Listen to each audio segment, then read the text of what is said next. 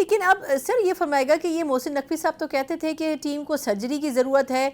अब ये समझ में नहीं आ रहा कि वो सर्जरी हो गई है, होनी है, इतने लोगों को तब्दील किया गया और तमाम पुराने खिलाड़ियों को वापस लाया गया, मुख्तलिफ कोचिंग की पोस्टें दी गई। आपके ख्याल में फिर ये तो अभी तक तय ही नहीं हो सका कि हम फ़ॉरेन कोचेज़ से बेहतर तरबियत लेते हैं या पाकिस्तानी कोचेज़ से। हम हर फार्मूला आजमा चुके हैं, तो फिर अल्टीमेट सोल्यूशन क्या है फिर इस चीज़ का? देखिए, सर्जरी का तो नारा उस वक्त बुलंद किया गया था जब गुज़िश्ता साल 9 जून को हम भारत से हारे थे न्यूयॉर्क में और जीता हम्म। हुआ मैच हार गए थे।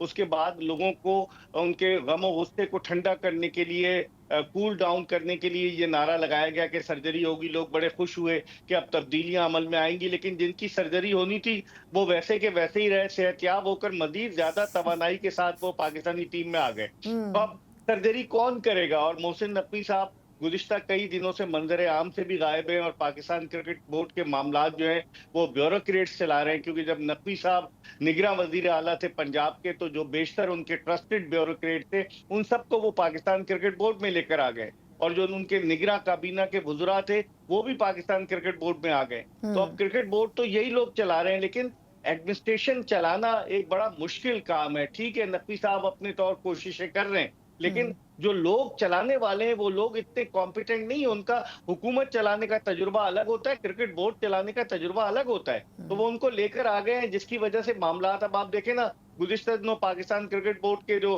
चेयरमैन के एडवाइजर हैं मीडिया के, आमिर मीर साहब, उन्होंने ये दावा कर दिया कि पाकिस्तान दुनिया का तीसरा अमीर तरीन क्रिकेट बोर्ड है।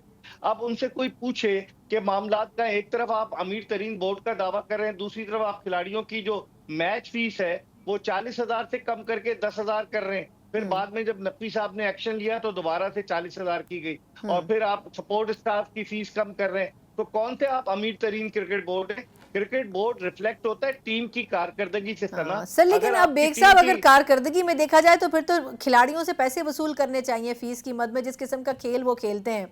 लेकिन सर ये बताइएगा कि अब इसमें बेहतरी की गुंजाइश कहाँ है खिलाड़ियों की परफॉर्मेंस में? हमने तो अच्छे खिलाड़ियों को मौका देना ही छोड़ दिया है।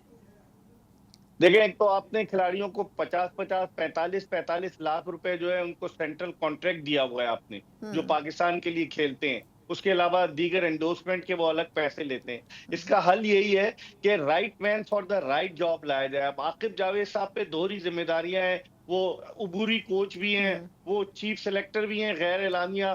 फिर सिलेक्शन कमेटी में जो लोग हैं क्या वो कॉम्पिटेंट हैं? दो आदमियों के अलावा मैं बात कर रहा हूँ कि असद शफीक और अजहर अली के अलावा आप देखें, अलीम डार अपने जमाने के बेहतरीन अंपायर थे। बजाय इसके कि उनको अंपायरिंग की तरफ लगाया जाए, उनको लेकर आ गए आप सिलेक्टर।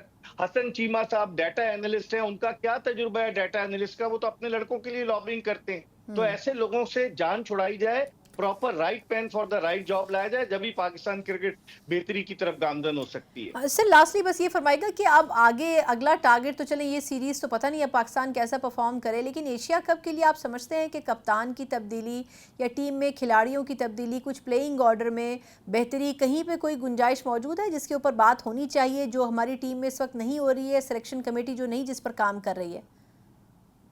है ना, कप्तान का तो म्यूजिकल चेयर गेम जारी है ना हम्म। पाकिस्तान क्रिकेट में। आप देखें, कभी बाबर आजम होते हैं, कभी शाहीन शाह हम्म। अफरीदी होते हैं, फिर उसके बाद रिजवान होते हैं, रिजवान हट जाते हैं तो दोबारा वो शाहीन शाह अफरीदी हट जाते हैं, बाबर आजम दोबारा आ जाते हैं, रिजवान आते हैं, फिर सलमान अली आगा बन जाते हैं।